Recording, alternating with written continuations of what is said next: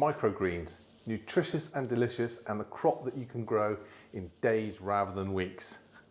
But question still comes down to, how do you grow them? What do you grow? What's the best methods? Well, I spent a good amount of time searching on the internet looking for answers. And to be fair, there are as many opinions on there as there are fish in the sea. So in the end, after dealing with a good deal of frustration, I came up with a great idea. That great idea is trials. So we're going to go through a series of different trials, growing microgreens. We're going to use this type of propagator, it's an unheated propagator, heated propagator, and a combination of a heat mat and lights to see which ones work best and which ones give the tastiest crops. And in the continuing series, what we'll do is we'll look at things like, is it best to put them in compost, into coir, into just on tissue paper, and how much light do they need if they're in a propagator? 6 hours, 12 hours, 18 hours, or do you get benefit from just keeping it on 24 hours a day? All those answers will be coming up in this series. But for today's episode, we'll be running you through which propagators we're using and getting our first trial set up to see which propagator works best. The first propagator we'll be using in our trial is a Garland self-watering windowsill propagator. So this is comes with little trays with the domes and stuff like that, and then it has a basin here where you put the water in the bottom and then put that bit on top, and then it has like a capillary mat that you put over the top of there, and then your trays just go on there, and there we go. And that one will be sitting on the windowsill in a predominantly south-facing window inside the house. So that's the first one. Let's go on and have a look at the second one. So let's put that one over there. The second one that we'll be using, again, is a Garland Super 7 one. But this time it's the heated version. And again, comes with the little same trays, and we'll be putting that one on the other windowsill that's right next to the one where the self-watering one's going to go. And we'll obviously be plugging this one in to see whether the heat from this helps with the germination and helps with them grow. And for the second one, we're going to be using a heat mat and light.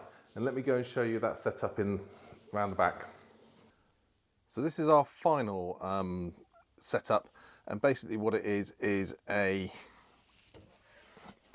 box that I've just made up.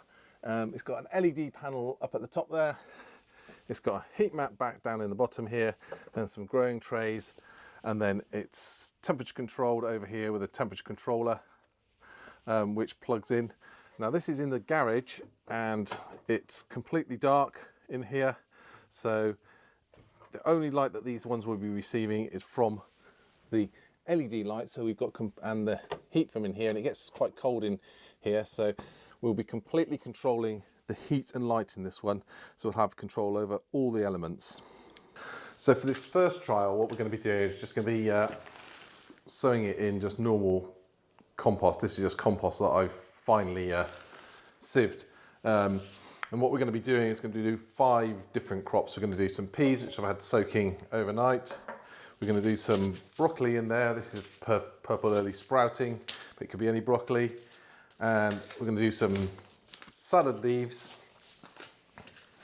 some basil, and some pak choi.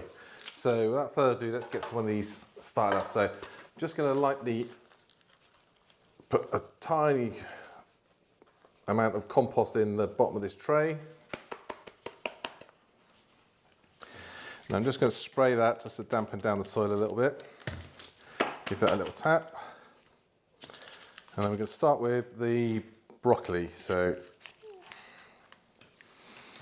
now, because we're just after the microgreens, we're just after these seeds when they're shooting, and we're just going to densely sow these all over. So there's probably somewhere in the region of 200-300 seeds. They're only tiny little seeds, so we'll put those all around.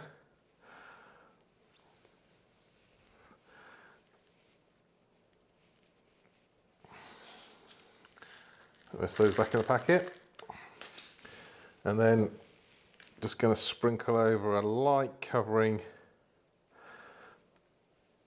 of soil. Just firm that down a little bit, just to make sure they get good contact with the soil, and just give it a little spray over the top. Get our label in there, and that's the first one done. We'll just keep the vents closed for the time being to keep the moisture in, and then once they've germinated we'll turn that around. So that's one tray done. So I'm going to get on and do all the rest, and join me back here in a minute. So just putting the last few labels in, and that's them all set up, ready to actually do the trial. Now, over the coming weeks, I'm going to be doing various different trials around growing medium, whether it's soil's better or coir's better or just paper towels or anything else, and then also looking at the energy costs of each solution. But hopefully in about 7 to 10 days we should have a crop of microgreens that we can actually look at.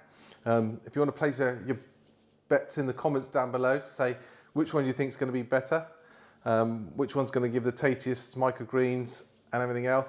And also, if there's anything else you want me to try out in terms of a trial, growing them one way or another way, also leave a comment in down below, and I'll get through those. And as the year progresses, I'll get through and try all the different methods, and we'll look at the results together. So without further ado, let's get all these trays in their final location. And if you want to check the updates and follow the progress, don't forget, hit the subscribe button, hit the bell icon, and you'll be notified when I do an update. Thanks for joining me today. Look forward to sharing the results with you in the coming weeks. This is the unheated propagator in the windowsill. This is where the heated propagator is going to be, which is basically the other side of the patio doors to the unheated one. And here is the final setup and trays in a indoor heat mat and light.